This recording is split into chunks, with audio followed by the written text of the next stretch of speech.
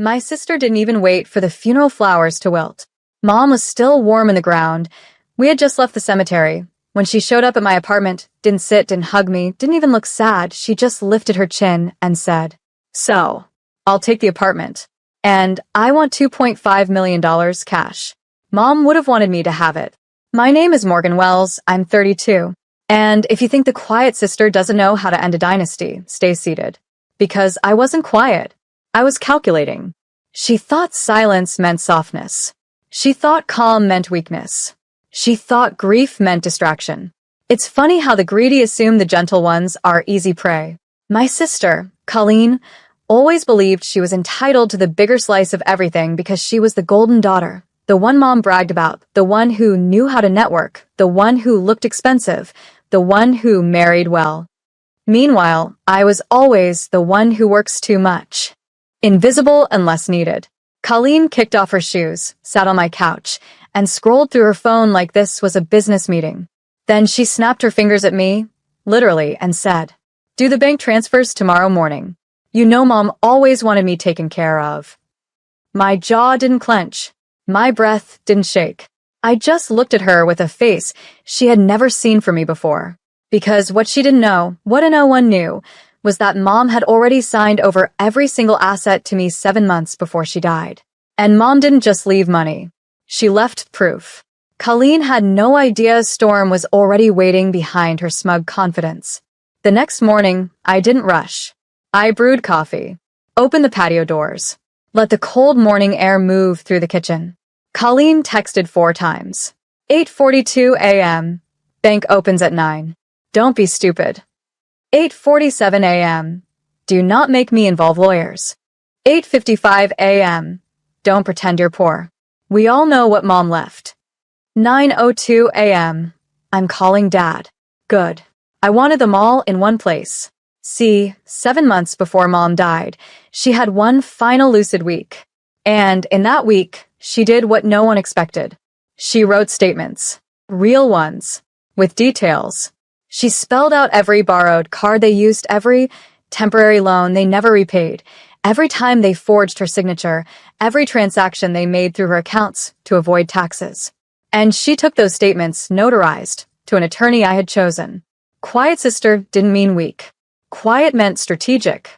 So, at 11:20 a.m., I walked calmly into my attorney's office. He already had the folders ready.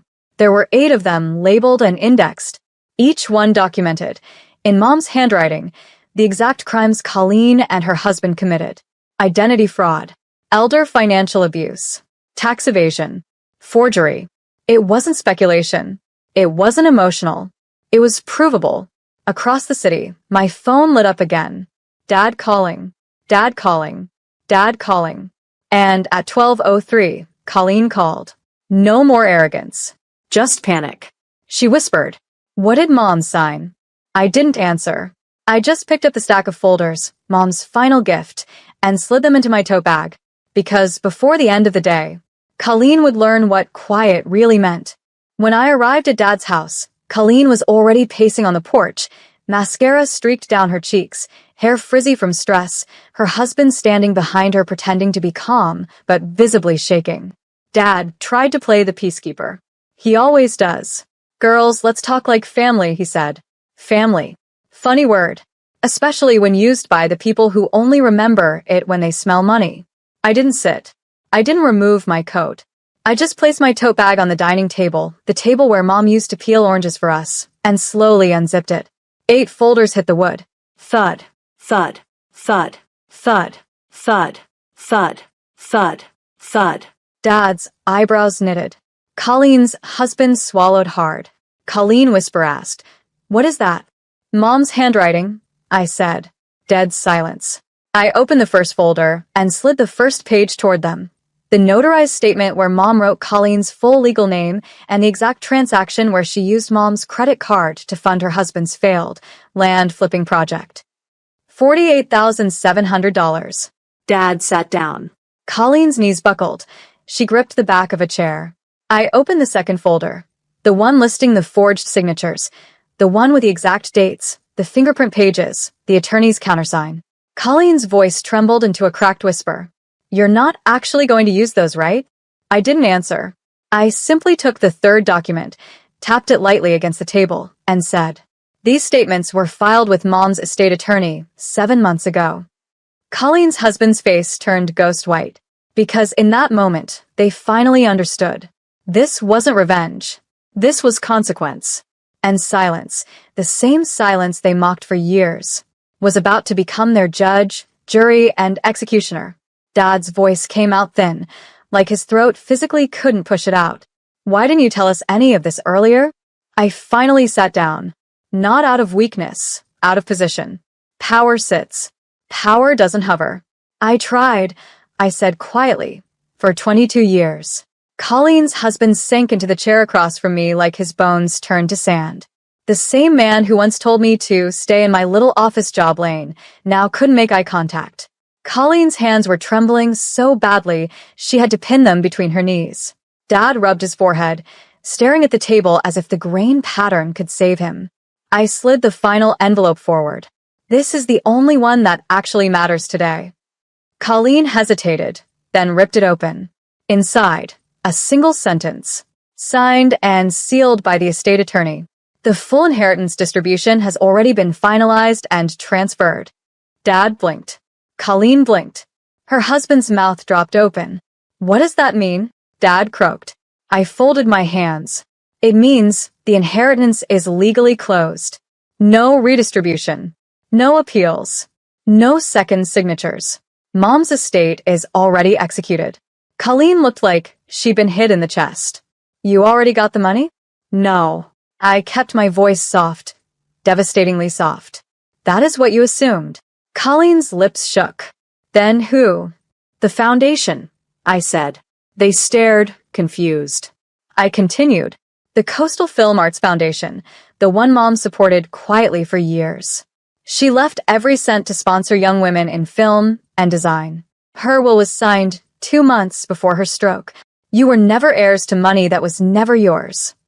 Colleen's face collapsed, not into sadness, but into realization. Her entire war was fought for a throne that never existed. For a moment, nobody breathed. Not even me. Colleen slid back in her chair, like her spine had given up the job of staying upright. Her husband suddenly found a fascinating detail on the floor that he apparently needed to stare at with his entire soul. And Dad. Dad looked 10 years older in 5 silent seconds. "The foundation?" he repeated, like maybe if he said it out loud the universe would reverse itself. I nodded once. Mom's final decision. Her last real choice. And the only choice she made free from anyone's manipulation. Colleen swallowed like her throat was paper. "But she always said we'd be taken care of." I almost smiled. She meant emotionally. She meant support. She meant family. You translated that into cash. Dad's hand covered his face. Colleen suddenly snapped, a little wild, a little desperate. "So you get nothing either? You did all this just so nobody wins?" I tilted my head. "Who said nobody wins?" She froze. "What do you get?" she whispered. I leaned forward, elbows on the table, calm, centered, the way I never got to be in childhood. "Peace." Colleen blinked, like the word physically didn't compute. "Peace isn't a currency," she hissed. "It is if you grew up starving for it," I replied. Silence. Then the doorbell rang. All 3 of them jumped like the building exploded. I already knew who it was, because I had scheduled this part days ago. Colleen's husband opened the door and just stared. 2 estate attorneys stepped inside, followed by 1 representative from the foundation's board. Dad whispered, "Oh my God." I stood. Mom wanted this conversation formally witnessed. So we're going to finish this properly and respectfully. Colleen's bottom lip trembled. Her battle was officially out of her hands. The lawyers laid out the folders across the dining table like a chessboard. Page after page, signatures, notarizations, timestamps, transfer confirmations, all dated months before Mom's health declined. All done quietly. All airtight. All legal. Colleen's eyes darted across every sheet like she was searching for a typo that would magically undo reality. "There has to be something wrong here," she whispered. One of the attorneys calmly replied, "Mrs. Wells made sure there wasn't." Dad rubbed his temples. Why didn't she tell us? I finally said it, gently, but sharp enough to cut. Because every time she tried to talk about the future, you all turned the conversation into your wish list. Colleen blinked fast, tears rising now. Her husband muttered, "We thought she was just overthinking." No. They thought Mom was a bank. Silence stretched. Then the foundation rep slid a navy blue folder toward me. "This is your portion," she said to me. "Your role as executor and primary overseer of impact." Colleen stared like the word impact was a foreign language. "You get to control everything," she whispered. I shook my head. No. "I get to guide everything. There's a difference." Dad's voice cracked again. "So, we're not getting anything?" I looked at him, not with triumph, but with clarity. "You're getting something Mom always wanted you to have." "What?" he breathed. "Consequence." It landed so softly, but it rearranged the air. Colleen covered her face. Her husband pushed his chair back slowly, like he suddenly didn't want to be associated with her downfall. The attorneys began packing up. The foundation rep nodded toward me, ready for the next phase. And that's when I made one more decision, a decision none of them saw coming. I stood up from the table. Colleen looked up at me, red-eyed, still waiting for some miracle clause to appear, some last-minute twist where she'd still walk away rich. I walked to the window instead. Outside, the light rail hummed past, Portland still moving, still living, utterly unaffected by her meltdown. "Colleen," I said quietly without turning, "you've been angry your entire life that things didn't land in your lap already polished." She flinched.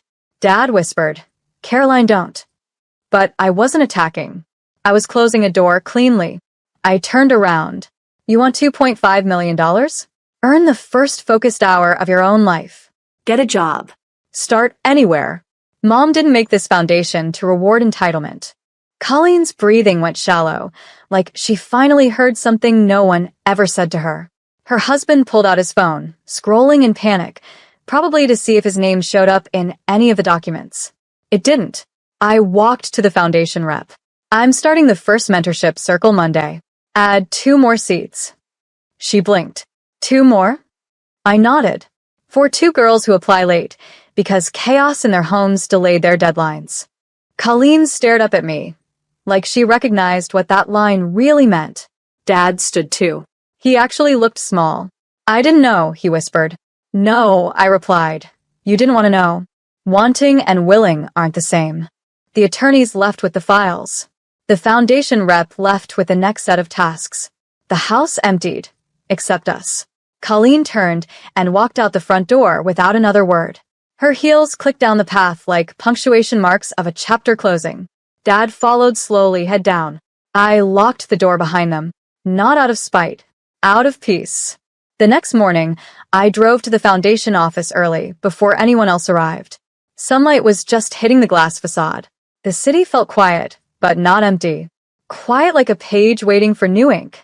I unlocked my office, placed my bag on the chair, and opened the first scholarship file of the next cycle. A girl from Salem, raised by a single mom, applying for architecture. Her essay began, "I don't want to escape my family. I want to build something beyond them." I smiled. That sentence, that was healing. Because this journey wasn't about punishing anyone. It was about remembering who I could have been if one adult had invested belief in me earlier. I poured my coffee, sat by the window, and let the morning unfold without urgency. My phone buzzed once. A message from Dad. "We're all going to start therapy next week. This isn't an apology, but it's a beginning." I stared at that sentence a long moment. It didn't shake me. It didn't pull me backward. It didn't reopen the wound. It just existed, like a weather report you don't need to react to. I typed a simple reply. "Thank you. Take care of yourselves." Then I muted the thread, because growth, real growth, isn't about who comes crawling back. It's about who you choose to stand with moving forward. At noon, 3 scholarship applicants arrived for interviews, including the girl from Salem. She shook my hand with the same mixture of nerves and determination I once carried like armor. By 5 o'clock, the board finalized its votes. 3 young women, 3 futures changed. I wrote their names carefully onto the acceptance placards. Names that deserved to be seen. Names that weren't mine and didn't need to be. When I locked the foundation door that evening and stepped onto the sidewalk, the air felt new, like a clean page. I didn't need closure from the past. I was the closure. And the future I'm building? That's the inheritance worth fighting for.